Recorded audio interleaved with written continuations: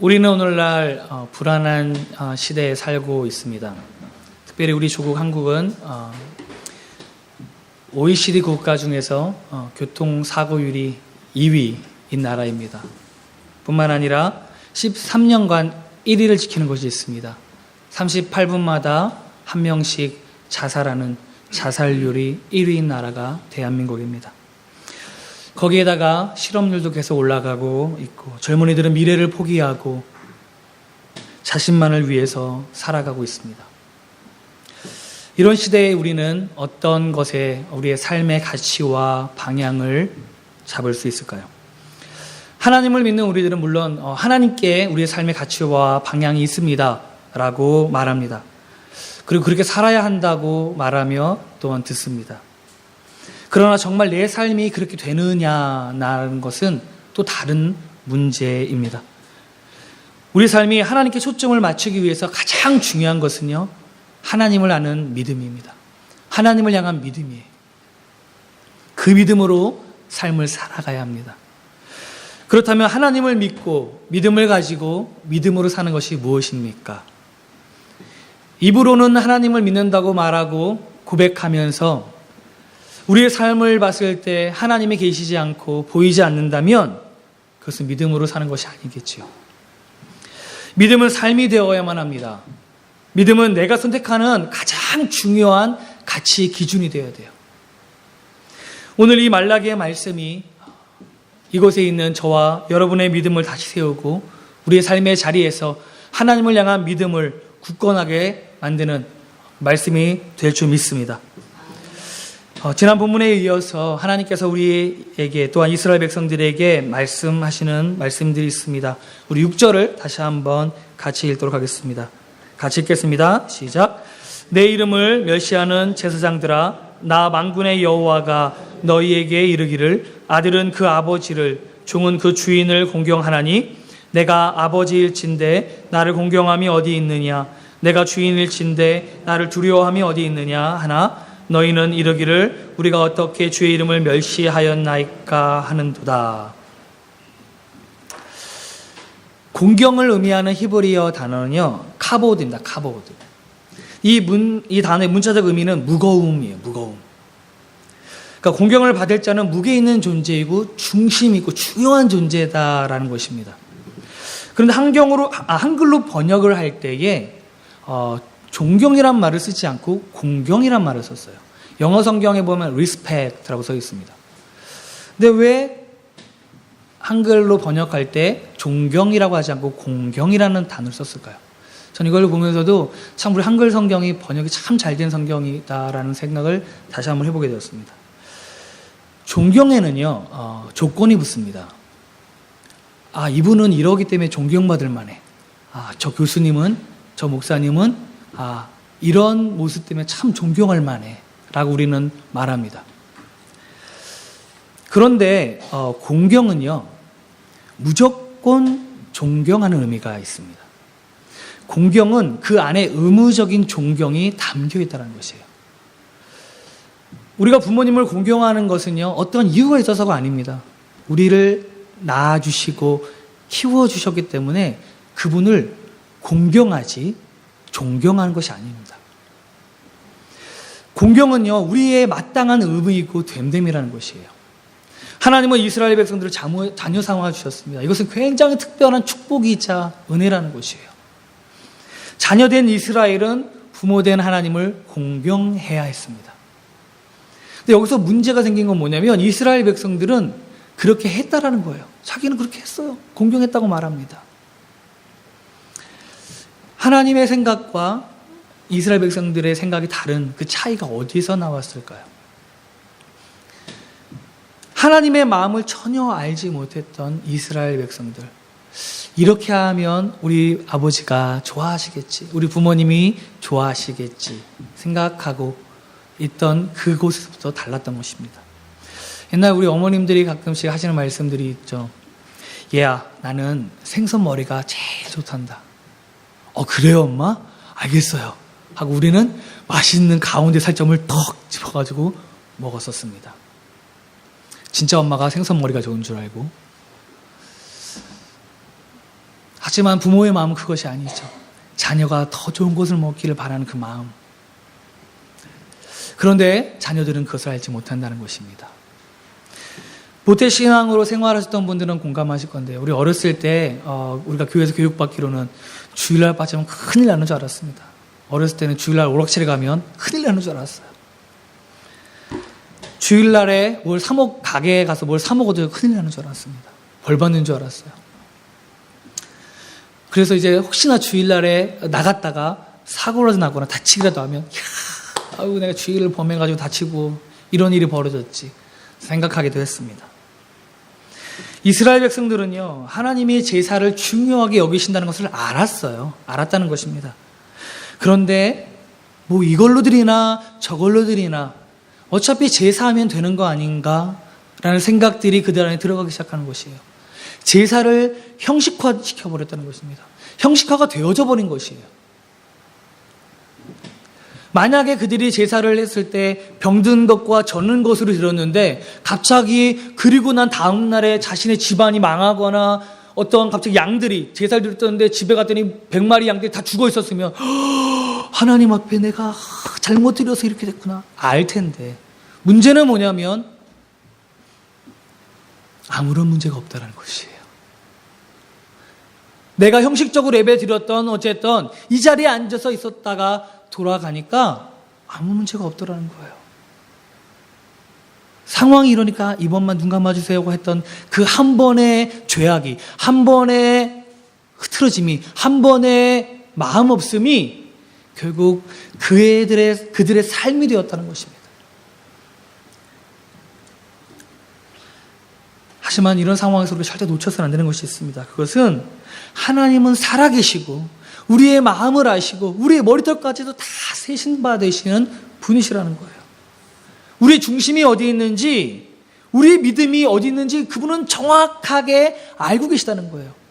믿음이 있이 하나님 앞에 나아오려고 하는지, 믿음 없이 겉모습으로만 나아오려고 하는지 이미 하나님은 우리들을 다 알고 계신다고 하는 사실입니다.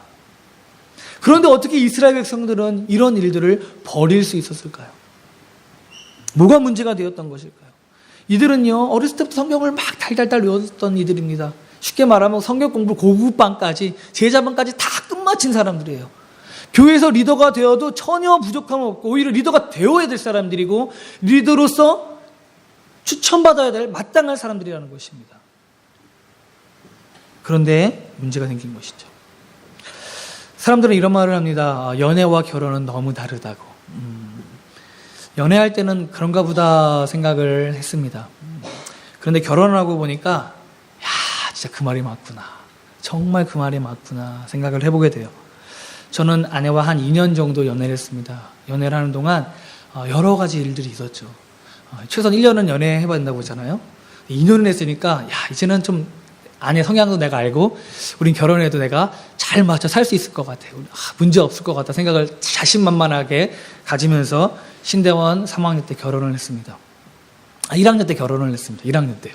용감하죠. 졸업반도 아니고 1학년 때 결혼을 했어요. 근데 결혼하고 나서 깨달은 것이 있습니다. 제가 아내를 몰라도 너무 몰랐습니다. 정말 어떻게 이렇게 몰랐을지. 그래서 정말 무엇이 문제가 고민을 참 많이 했어요. 이상하다. 저는 이 사람들을 잘 보는데 아내를 이미 다 파악했고 다 안다고 생각했는데 뭐가 문제였을까? 그러니까 제가 생각해 봤을 때 제가 바라본 아내의 모습은 그냥 아내가 저를 통해서 했던 반응을 통해서 아내가 이걸 좋아하는구나. 이럴 거야 라고 생각했던 것입니다. 근데 알고 봤더니 아내도 연애하는 동안 저 때문에 참은 것도 있고 그냥 지나친 것도 있더라는 거예요. 결혼하고 나서 당연히 그런 줄 알았더니 그것이 아니었던 것이죠. 혼란스러움이 내게 찾아온 것입니다. 이스라엘 백성들은 제사의 의무만 다하면 하나님이 마땅히 그 제사를 받아주시고 이제 우리 삶은 전혀 문제가 없고 우리나라는 뭔가 다시 일어설 것이고 우리 가정은 변화될 것이라고 생각했다는 것이에요. 그런데 그것으로 하나님과의 관계에 대한 생각은 하나도 하지 않았다는 것입니다. 하나님과 나와의 관계를 세우려고 한 것이 아니라 내 삶이 변화되고 내 삶이 나아지고 내가 뭔가 더 잘 되는 것에 내 삶의 포커스가 있다는 것이에요. 그러다가 어느 때 내 인생이 밑바닥까지 곤두박질 치면, 그래서 인생의 허무함과 절망감을 느낄 때면 하나님이 정말 내게 원하시는 것이 무엇이었는지 깨닫게 되고 생각해 보게 된다는 것입니다. 내가 무엇을 해야 하나님이 기뻐하실지 생각해 보게 된다는 것이에요. 참 신기합니다. 참 신기해요. 우리가 잘 되면, 그리고 더 잘 되고 더 많이 하나님 물질을 주시면 내가 그것으로 더 많이 헌금하고 교회를 위해서 더 헌신할 것 같이 생각하지만, 많이 배울 것 같지만 배우는 것이 없습니다. 그리고 내가 더 안 되고 어렵고 힘들고 바닥까지 내려가면 배울 게 없는 것 같은데 참 많은 걸 배워요. 참 많은 걸 느낍니다. 참 신기하죠. 내가 부유해지고 내가 뭔가를 더 많이 모으면 우리 시선이요, 자연스럽게 그것을 향해 갈 수밖에 없다는 것이에요. 근데 내 두 손에 비워지니까 하나님이 무엇을 내게 주시려고 하는지 손을 벌리게 되고 그 앞에 무릎 꿇게 될 수 있다는 것이에요. 우리가 공경해야 될 하나님이 내게 무엇을 원하실까요? 그것은 하나님을 향한 믿음이라는 거예요. 믿음, faith. 오직 믿음만이 구원의 길로 이끌기 때문입니다. 그 믿음의 은혜만이 우리를 생명이 있는 존재로, 다시 한번 born again하는 존재로 살아갈 수 있게 만든다는 것입니다. 반드시 그가 계신 것과 또한 그가 자기를 찾는 자에게 상 주시는 이심을 믿어야 할지니라. 우리는 하나님을 오해할 때가 많아요.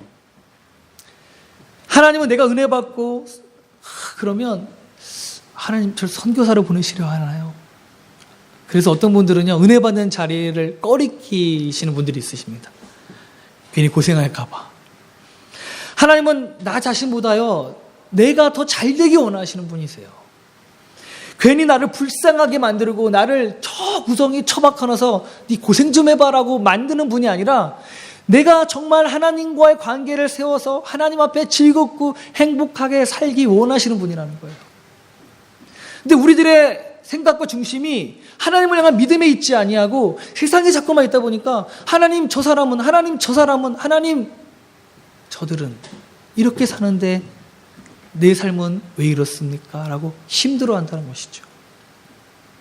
그리고 나도 모르게 하나님과의 관계 속에 믿음을 생각하기보다는 자연스럽게 그냥 하나님 앞에 나오는 형식이 되어 버린다는 것입니다. 우리가 정말 하나님을 향한 굳건한 믿음으로 살아가게 되면요, 내가 부유한 것이, 또한 내가 가난한 것이 나를 움직인 것이 아니라는 것을 알게 돼요. 내가 무언가를 잘하는 것이, 내가 무언가 정말 못하는 것이 내 인생을 힘들게 하고 힘들지 않게 하고 하는 것이 아닌 것을 깨닫게 된다는 것입니다. 하나님은 이스라엘 백성들이 세상에 살면서 하나님과의 진짜 관계를 놓치지 않고 살아가길 원하셨던 거예요. 하나님과 우리의 관계는요, 오직 예수 그리스도로만 이어진다는 사실입니다. 예수 그리스도, 그를 향한 믿음만이 우리와 하나님의 관계를 이어가게 하고 또 하나님 앞에 우리를 나아가게 하고 이 땅을 살아갈 때에 하나님이 우리에게 주신 약속의 말씀을 붙들고 살아갈 힘과 용기를 준다는 사실이에요.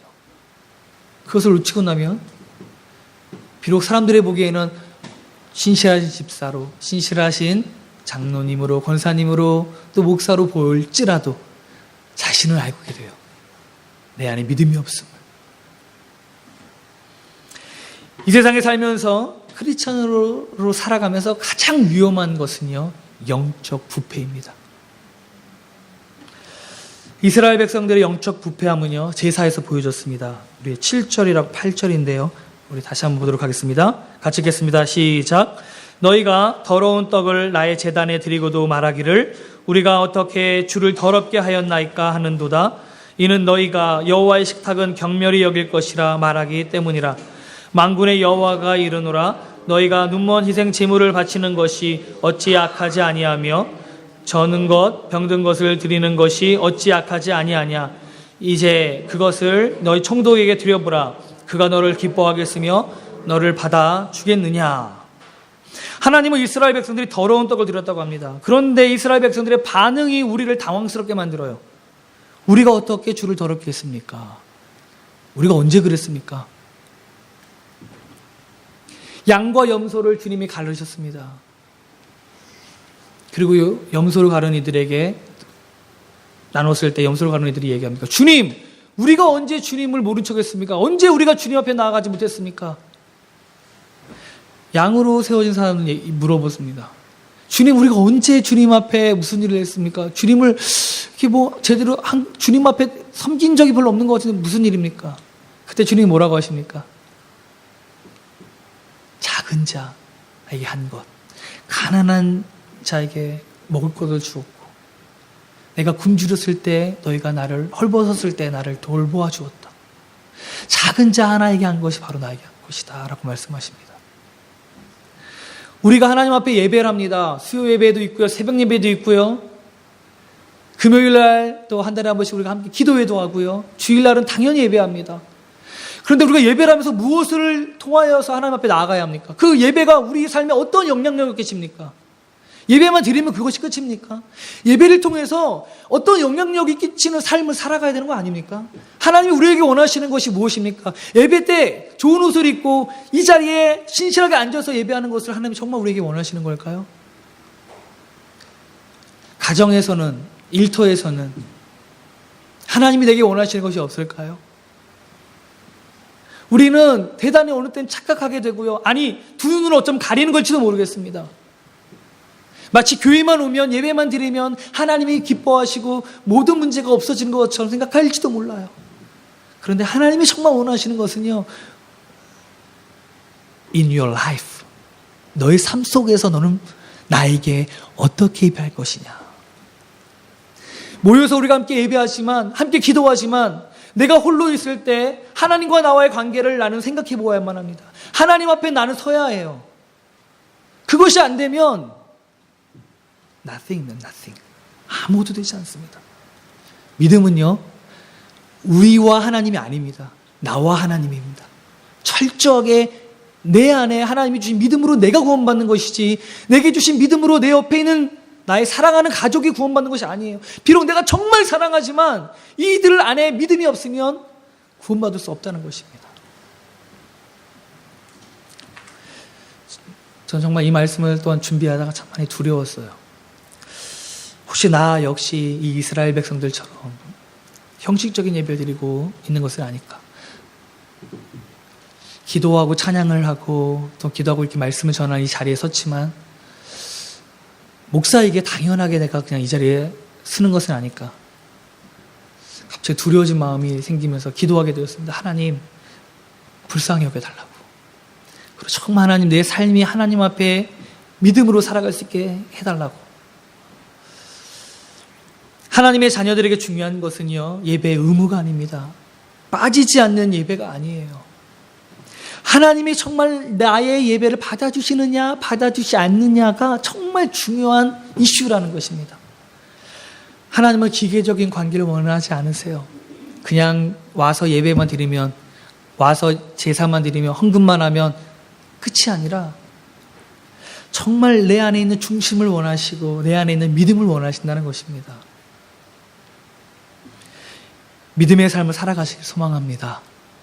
믿음으로 선택하시고 하나님을 향한 믿음이 크리스천으로 살아가게 만드는 그 힘이 있음을 기억하시고 살아가시길 주님의 이름으로 축원드립니다. 하나님은요, 이스라엘 백성들이 예배를 드리면서 하는 말들을 다 듣고 계셨어요. 참 이것이 또 참 마음을 참 아프게 했는데요. 우리 12절, 13절입니다. 우리가 함께 읽겠습니다. 그러나 너희는 말하기를 여호와의 식탁은 더러워졌고 그 위에 있는 과일 곧 먹을 것은 경멸히 여길 것이라 하여 내 이름을 더럽히는도다. 만군의 여호와가 이르노라. 너희가 또 말하기를 이 일이 얼마나 번거로운고 하며 코웃음치고 훔친 물건과 저는 것 병든 것을 가져왔느니라. 너희가 이같이 봉헌물을 가져오니 내가 그것을 너희 손에서 받겠느냐? 이는 여호와의 말이니라. 왜 이렇게 번거롭게 하나? 왜 이렇게 번거롭게 하지? 편한 게 좋은 거 아니야? 굳이 내가 10km, 20km를 이 양을 끌고 와야 되나? 아유, 앞에서 그냥 좋은 거 하나 사서 드리면 되지. 번거롭게 할 필요가 없다는 거예요. 고선칩니다. 뭐 똑같은데 뭘 양을 드리나 소를 드리나 비둘기를 드리나, 아유, 그냥 오늘 좀 사정이 그러니까 비둘기로 드리고, 아니 곡식으로 드릴까? 하나님 앞에 중심으로 나아가는 것이 아니라 내 어떠한 흩어진 마음, 하나님을 향한 온전한 마음이 아닌 자꾸만 하나님을 공경하지 않는 마음으로 나간다는 것입니다. 우리는요, 하나님을 스스로 판단할 때가 많습니다. 그리고 이미 안 된다고 말하면서 나갈 때가 많아요. 저도 참 많이 부끄러울 때가 많습니다. 교회에서는 아멘 하고, 여러분들 앞에서는 믿으십시오, 믿습니다 하고 외치지만, 삶 속에 들어갔을 때 어떤 일들을 아내와 함께 나눌 때, 어떤 일들을 해야 할 때, 야, 그건 안 돼, 그건 안 될 거야, 이렇게 말하다가 제 스스로가 생각을 하게 돼요. 너 왜 이렇게 믿음이 없지? 물론 현실도 아무 생각도 안 하고 무조건 무식하게 될 거라고 생각하는 건 문제가 있지만, 하나님이 하시면 될 수 있다고 하는 믿음과 생각들이 내 삶에서 보이지 않는 것이에요. 교회 와서는 보입니다. 신실하죠, 열심히 합니다. 그런데 내 삶 속에서, 내 일터 속에서, 내가 만나는 사람들 속에서는 내 믿음이 어디 갔냐는 거예요. 내 믿음이 도대체 어떤 일들을 하냐는 것입니다. 상황이 어렵고 힘이 들 때요, 우리 입술에서부터 흘러나오는 말이야말로 진정한 신앙 고백이자 믿음의 고백이 된다는 것을 믿으시기 바랍니다. 우리는요, 그러기 위해 입술을 지켜야 되고요, 이 입술에서부터 하나님 부정한 말이 나오지 않게 해주시옵소서. 내 입술에서부터 믿음의 말, 사랑의 말, 위로의 말들이 쏟아져 나올 수 있도록 하나님 내 입술을 붙들어 주십시오라고 기도해야만 해요. 우리가 이스라엘 백성들의 고통을 다 어찌 이해할 수 있겠습니까? 이 당시 시대에 얼마나 힘들었겠어요. 나라도 없지요, 적들이 쳐들어오지요, 변하는 건 없지요.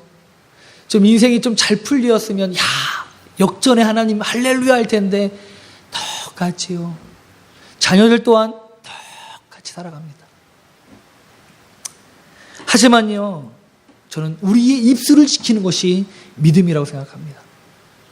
하나님은 나 아니면 안 돼 라고 하는 교만도 문제지만, 하나님 정말 이거는 안 되는 거예요, 할 수 없습니다 라고 말하는 것도 하나님은 안타깝게 여기십니다.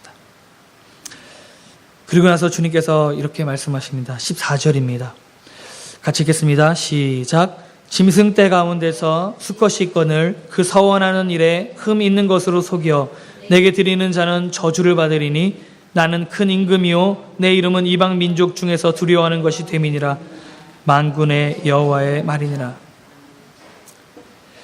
너희들은 서원하는 일에 흠이 있는 것으로 속여 내게 드린다. 그리고 그런 자는 반드시 저주를 받을 것이다 라고 말씀하세요. 우리가 예배하지 않으면, 하나님 우리가 이렇게 모이지 않으면 이 교회가 될 것 같아요. 아니요, 여러분.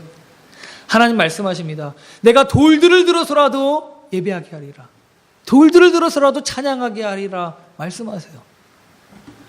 우리가 해야 될 것은요, 다른 것이 아닙니다. 하나님의 그 사랑, 나를 구원해 주신 그 구원의 감격 속에서 하나님 앞에 나아가는 것이 예배하는 것이고요, 내 삶이 예배가 되게 우리의 삶을 붙들고 나아가야 하는 것입니다. 하나님이 기뻐하시는 믿음의 중심을 가지고 예배의 삶을 살아가야 한다는 것입니다. 우리가 그 사실을 절대 놓쳐서는 안 돼요. 하나님은요, 그래서 어쩐 때는요, 우리 인생의 길을 곡선을 만드세요. 좀 하나님을 믿으면 이렇게만 가면 얼마나 신날까요? 근데 롤러코스터 타면 반드시 내려갑니다. 그리고 내려갈 때 스릴이 가장 있어요.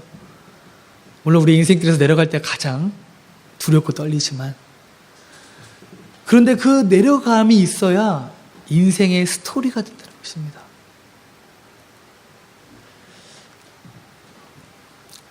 기드온이요, 32,000명이 모였습니다. 이야, 드디어 싸울만해, 할만하겠어, 역시 하나님이 이제 뭔가를 하실 것 같아 했어요. 그런데 하나님이 갑자기 뭐라고 말씀하시니까 너무 많다. 그리고 어떻게 하십니까? 보내라고 하세요. 갈 사람 가십시오 했더니 세상에 22,000명이 갑니다. 야, 이거 너무하지. 해도 너무하지. 괜히 모여놓고선 지금 뭐 하는 짓인가. 근데 하나님 또 뭐라고 말씀하십니까? 이 정도면 됐다? 아니죠. 그것도 너무 많다. 그들 몇 명 남기시죠?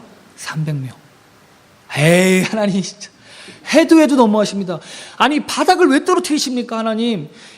하나님께서 양털에 이슬이 적게 하고 온 지면에 이슬이 적게 하면서 나한테 확신을 주셔서 이 일을 하나님이 하시겠다고 말씀하지 않으셨습니까? 그런데 이게 뭐하는 짓이십니까? 뭐하는 이 시츄에이션이 되십니까? 하나님, 이건 아닙니다. 이건 아니에요. 근데 하나님이요, 인생을 바닥까지 떨어뜨리십니다. 300명으로 아무것도 할 수 없는 인원. 그 인원으로 하나님은 싸우라고 말씀하십니다. 그래서요, 우리들의 삶은요, 우리 믿음의 삶은요, 우리가 싸우는 것이 아니라 하나님이 싸우시는 것입니다. 우리의 영적인 싸움은 우리에게 있는 것이 아니라 오직 하나님에게 있음을 믿으시기 바랍니다. 그래서 우리는 그 믿음으로 나가야 하는 것이고, 하나님이 내 삶 가운데 역사하시는 그 역사의 흔적들을 바라보고 믿음으로 살아가야 하는 것입니다. 말씀을 정리합니다. 사랑하는 성도 여러분, 이스라엘 백성들이 하나님 앞에 예배했습니다. 예배를 드렸어요. 하지만 예배를 드리는 이들의 마음에 있는 것은 하나님이 아니었습니다. 자신의 의무였고 자신의 습관이었습니다. 남들에게 보여지는 또 다른 자신이었어요. 하지만 하나님은요, 어떤 사람들을 중심으로 세상을 회복시키실까요? 바로 말씀을 붙들고 중심으로 믿음으로 기도하는 성도들, 하나님께서 주시는 그 믿음으로 예배 후에 우리의 삶 속에 들어가서 그 삶의 자리에서 주님 앞에 살아가는 사람들, 자신의 입술을 지키며 믿음으로 살아가는 바로 그 성도들인 줄 믿습니다. 갈라디아서 6장 7절에 스스로 속이지 말라. 하나님은 만홀히 여김을 받지 아니하시나니. 하나님은 모든 걸 아십니다. 그 하나님 앞에 우리는 발가벗겨진 채 나아갈 수밖에 없다는 사실을 기억하시기 바랍니다. 그분 앞에 가지고 갈 것은 오직 주 예수가 우리에게 주시는 그 십자가의 사랑과 은혜, 그리고 믿음밖에 없음을 다시 한번 고백하시고, 이 예배와 또한 예배 후에 우리의 삶을 하나님 앞에 드리며 승리하시는 저와 여러분 되시길 주님의 이름으로 축원드립니다. 함께 기도하기 원합니다. 이 시간 하나님께 기도하실 때, 하나님, 내가 믿음의 삶을 살아가기 원합니다. 그리고 그 믿음으로 인하여 주님 앞에 나아가기 원합니다. 그 믿음으로 사는 것이 무엇입니까, 주님?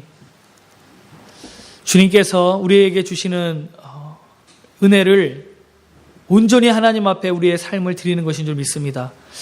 이 시간 우리 기도하실 때 정말 하나님, 내게 믿음의 삶을 살기에 도와주옵소서. 하나님, 예배가 정말 하나님 앞에 온전히 드리는 나의 중심의 예배가 되기 원하고, 또한 내 삶이 예배가 되기 원합니다. 내가 하나님 일터에서, 가정에서 자녀들과 함께 할 때에 하나님 믿음으로 살게 하소서. 우리 입술을 지키게 해 주옵소서. 주님이 들으심을 기억하고 주님의 하심을 기억하면서 주님 앞에 살아갈 수 있는 우리 삶 되길 수 있게 해달라고 시간 기도하시도록 하겠습니다. 기도하겠습니다. 하나님 감사합니다.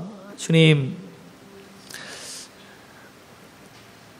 우리가 하나님 앞에 예배할 때에, 우리가 또한 하나님 앞에 살아갈 때에 무엇을 가지고 주님 앞에 나아가야 합니까?